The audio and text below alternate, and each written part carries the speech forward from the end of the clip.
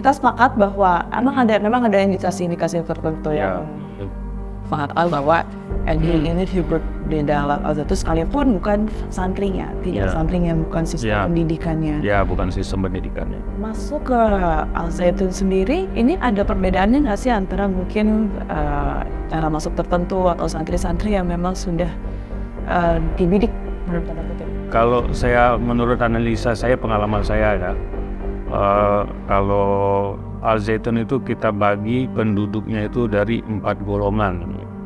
Yang pertama itu yaitu golongannya pejabatnya atau orang-orang yayasan atau eksponen kita kenalnya.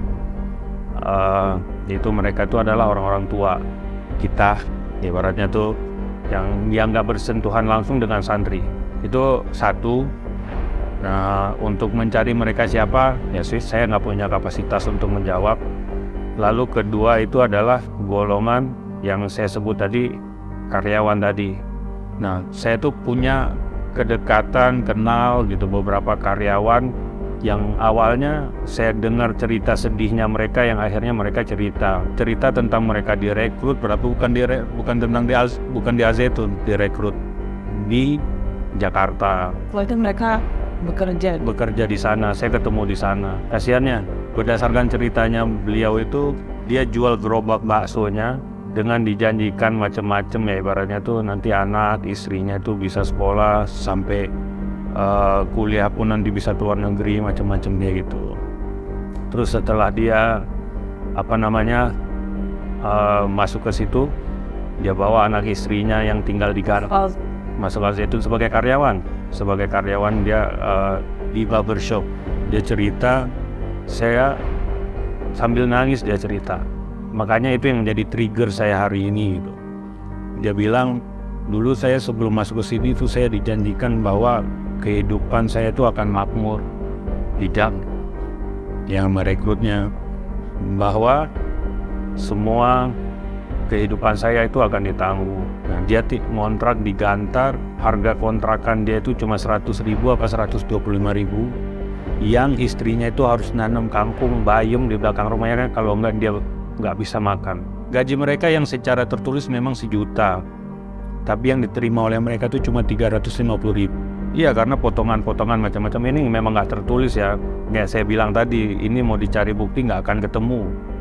Tapi orang akan bersaksi, ratusan orang akan bersaksi dengan apa yang saya sampaikan ini. Gini, kita melihat Al-Zaitun kan begitu mewah ya fasilitasnya, kemudian juga kita tahu Al-Zaitun punya banyak sekali aset, sementara ada orang di balik itu yang memang underpaid. Ya,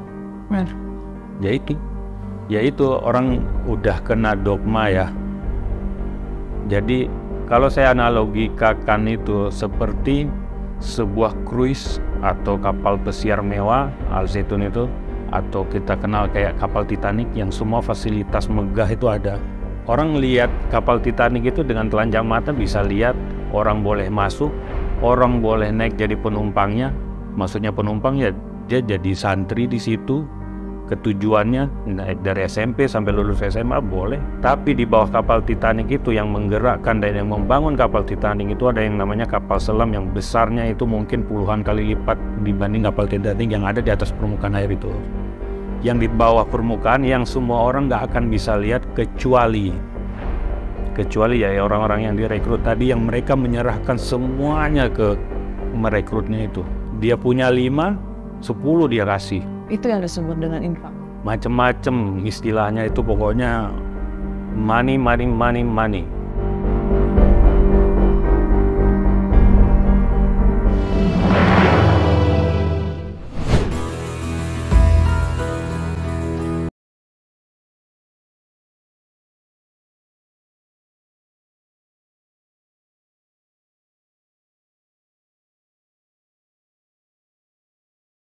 Kisah lain dari para alumni ini pun diberikan kepada kami. Jika Pondok Pesantren Al-Zaitun, di mana tempat dirinya mengenyam pendidikan selama 6 tahun, melihat kalau di dalam pondok pesantren tersebut sebenarnya sudah ada orang-orang yang terpapar dengan NII KW 9. Namun bagaimana sebenarnya jika indikator Pondok Pesantren Al-Zaitun dijadikan wadah NII KW 9? Dengan selama di Al-Zaitun, setelah di Al-Zaitun, tepatnya Ini boleh diceritakan lebih lanjut Mas, mungkin dari awal seperti apa berkaitan dengan LI ya Mas ya? Kalau saya sih sama juga, kita dulu saya tuh juga masih kecil nggak ngerti apa-apa, ya nggak punya landasan akhirnya sama dengan